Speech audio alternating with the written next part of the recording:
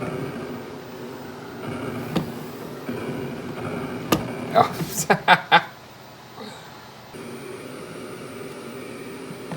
God.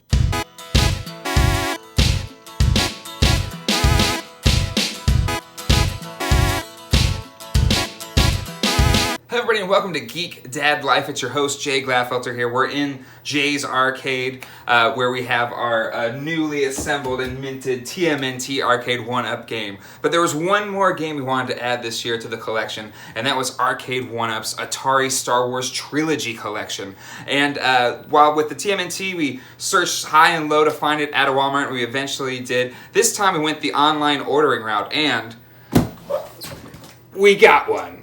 Alright, the second big Arcade1Up release, just weeks after the Teenage Mutant Ninja Turtles release, is the Star Wars Atari cabinet. And it looks amazing from this box art. It's custom to kind of fit in with the Star Wars theme, showing the 3 games that it has: Star Wars, Empire Strikes Back, and Return of the Jedi. And yeah, really pumped to have this one. With the light-up marquee.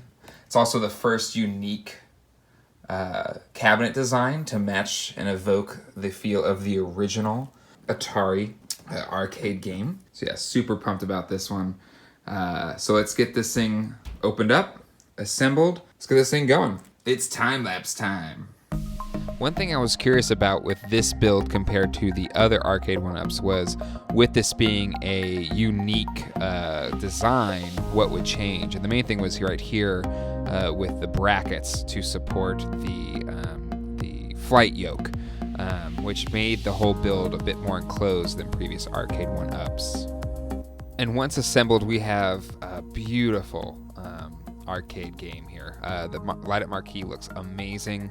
The artwork, like the colors are really vivid, and how they handled the 3 dimensions that the real arcade game has in 2D, but making it look and feel 3D was awesome. And how the entire cabinet just captures, I mean, there's not an element to the original game that isn't captured here from my perspective. The side art is fantastic. It just looks amazing. This is a legendary arcade game in the 80s, and it captures that feel perfectly. Let's go into actually playing this game. You use the flight yoke to pick one of the 3 titles available here. So we'll start with the Star Wars game, and when you do click on it, it goes to this cool hyperspace view, which I think is fun, a fun way to kind of transition into the different games.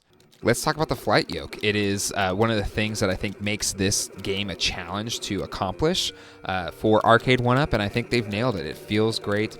The response is perfect, exactly what I would want from the real full-size arcade if I was looking at one. And while it is made of plastic, it feels like it can stand up to some, heavy use. It feels comparable to a game controller for any other game system that you can have out there. Now let's talk about how they capture that feel of a real vector monitor in this LCD display. You can adjust different types of vector glow to kind of give it that feel of a true vector display. There are a few different options. Some I like better than others, but my favorite is bright.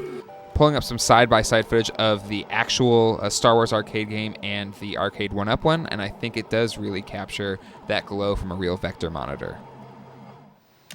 Going to the other games in this, the Empire Strikes Back game is awesome. Same feel as the original Star Wars Atari game, but bringing in the elements from Empire Strikes Back, while adding some features the original game didn't have.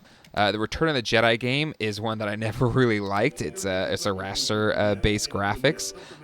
But what I do like what Arcade1Up did here is they provided the option for scan lines to the game, which gives it that CRT feel that is sometimes lost when you go from a CRT to an LCD.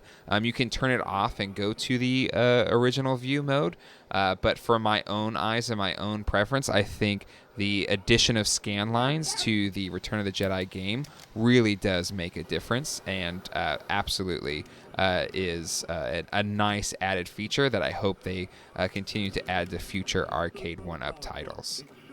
Also, something else I love this arcade game captures is the original Yub Nub song is what closes out the Return of the Jedi game when you put in your high score. So let's just take a moment to appreciate that.